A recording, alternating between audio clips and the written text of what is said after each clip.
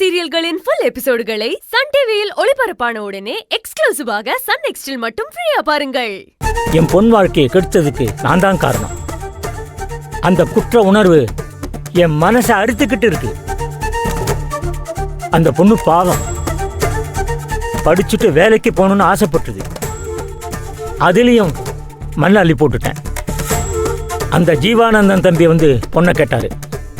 இதை பற்றி என் பொண்ணுக்கிட்ட கலந்துக்காம அவரை திட்டி அனுப்பிட்டேன். அந்த விஷயத்தில் என் மகளுக்கு நான் துரோகம் பண்ணிட்டேன். ஆடாடாடாடா, ரொம்ப நல்ல விஷயம். பெத்த அப்பனும் பெத்துக்கிட்ட மவளும் அவளுக்கு ஜால்ரா அடிக்கிறீங்களாக்கு. இத நாங்க பேசினா தப்பா போயிடும்.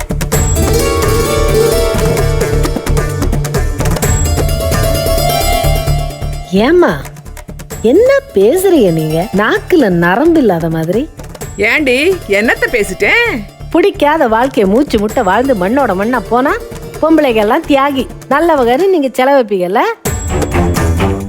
தனக்குன்னு ஒரு சின்ன விஷயத்தை எவ்வளவு ஒருத்தி யோசிக்க ஆரம்பிச்சாலே அவளுக்கு பட்டத்தை கட்ட ஆரம்பிச்சிருவீங்க. அவ நடத்தைய கொச்சப்படுத்தி, அவ பேசுனா அவ பேசுறத கொச்சப்படுத்தி என்னென்னமோ கதை கட்டிடுவீங்கல்ல. என்னமா தான் இப்படி இருக்கீங்களோ தெரியலையே. இந்த ஏர்வாடியில இந்த மனநல காப்பகத்துல எல்லாம் இருக்கிற நோயாளிகள் எல்லாம் 95% பேர் பொம்பளை ஆளுங்க தானா. ஏன்னு தெரியுமா உங்களுக்கு? உங்களைய மாதிரி ஆளுகளால தான். நீங்க கொடுக்கிற அழுத்தத்தை தாங்க முடியாம தான் ஒவ்வொரு பொம்பளையும் மெல்லவும் முடியாம சொல்லவும் முடியாம வாழ்க்கை பூரா அந்த அழுத்தத்தை அப்படியே மனசுக்குள்ள வச்சு வச்சு வச்சு வாழ்ந்துக்கு வெளியே சொல்லாம பைத்தியமா போயிடுறேன்.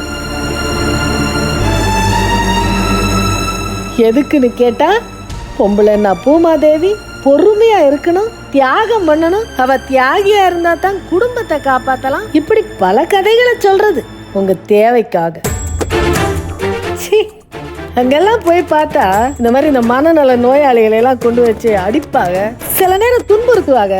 அப்பெல்லாம் அவங்க சுத்தமா வேற மாதிரி நடந்துக்குவாங்களாம், கெட்ட கெட்ட வார்த்தையில பேசுவாங்களாம், ஏன் என்னென்னவோ பண்ணுவாங்களாம்.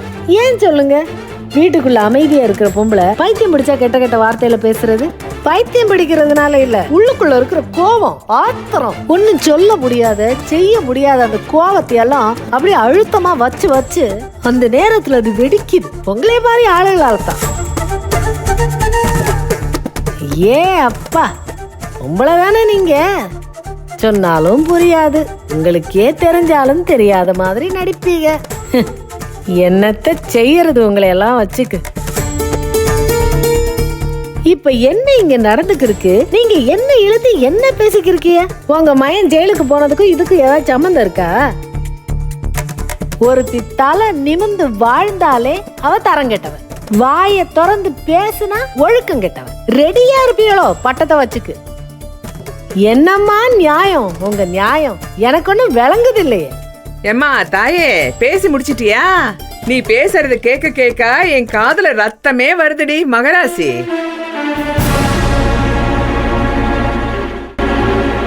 ஞானோ, என்னடா ஆச்சு?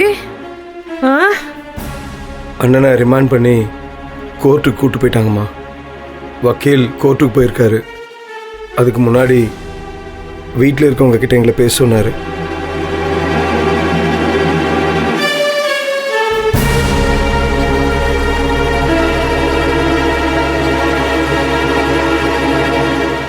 என்ன மாமா, நீங்க மட்டும் வந்திருக்கீங்க, அண்ணி வரல? அவ எங்கேயோ வெளியில கிளம்பி போனா, என்ன விஷயம்னு எனக்கு தெரியல. சரி விடுங்க, அவங்க வரும்போது வரட்டும். மற்றபடி இங்க இருக்கிறவங்க எல்லார்கிட்டையும் நான் சொல்லிடுறேன். தர்ஷினி இங்க வா, ஜனனி வா, நல்லா கேட்டுக்குங்க.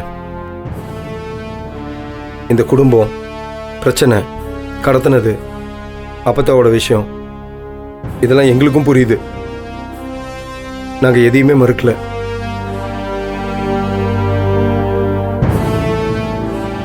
அவர் நிறைய தப்பு பண்ணிருக்காருமா. ஆனா இன்னைக்கு போலீஸ் புடிச்சு கொண்டு போய் உள்ள வைக்கிறப்போ அதை பார்த்துக்கிட்டு எங்களால சும்மா இருக்க முடியல.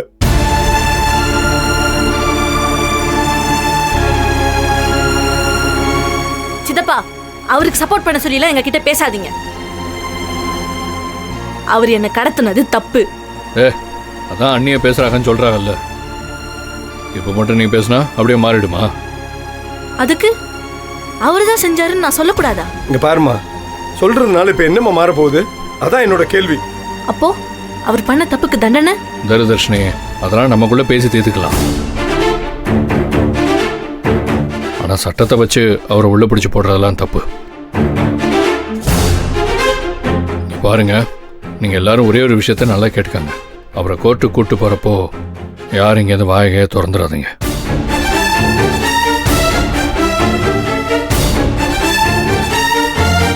ஏன் திறக்க கூடாது? பாதிக்கப்பட்டது அவளோட சேர்ந்து கஷ்டப்பட்டது நாங்க. இந்த சின்ன வயசுல கொலை முத கொண்டு எல்லாத்தையும் பார்த்துட்டு வந்திருக்க அந்த புள்ள. என்னவோ உங்க அண்ணனை ரிமாண்ட் பண்ணிட்டாங்க, கோர்ட் போலீஸ்ங்கறீங்களே, ஏன் நாங்க அதெல்லாம் பார்த்துட்டு வரலையா? யாரால? உங்க அண்ணனால.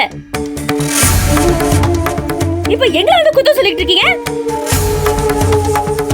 அப்பத்தா சாவுல இருந்து இந்த பிள்ளை கடத்தல் வரைக்கும் எல்லாத்துக்கும் காரணம் உங்க அண்ணன். 2 கொலை பண்ணிருக்காரு. அதுவும் ஐயோ ஐயோ ஐயோ கதிரு, இவளுகளே என் புள்ளைய குழி தோண்டி புதைச்சிட்டு வாங்க போல இருக்குப்பா.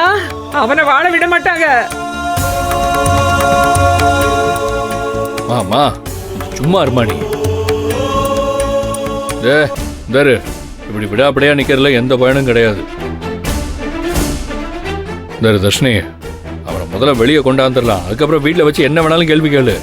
இல்ல அவர் பண்ண தப்புக்கெல்லாம் தண்டிச்சுக்கோ. ஆனா இப்ப அவரை வெளியே கொண்டு வரணும்.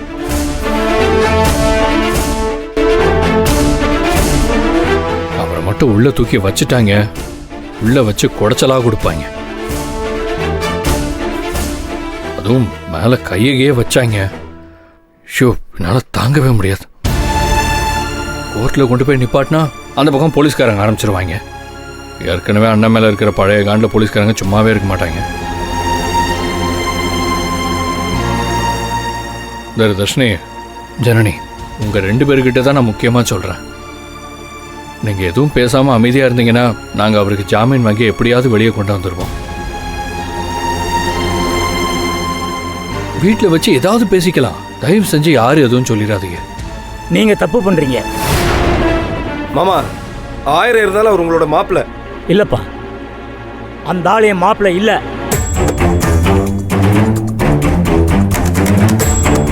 என் பொண்ணு முடிவு எடுத்துட்டா. அவளுக்கு நான் சப்போர்ட்டா நிற்க போறேன். ஏங்க, கொஞ்சம் அமைதியா இருக்கீங்களா?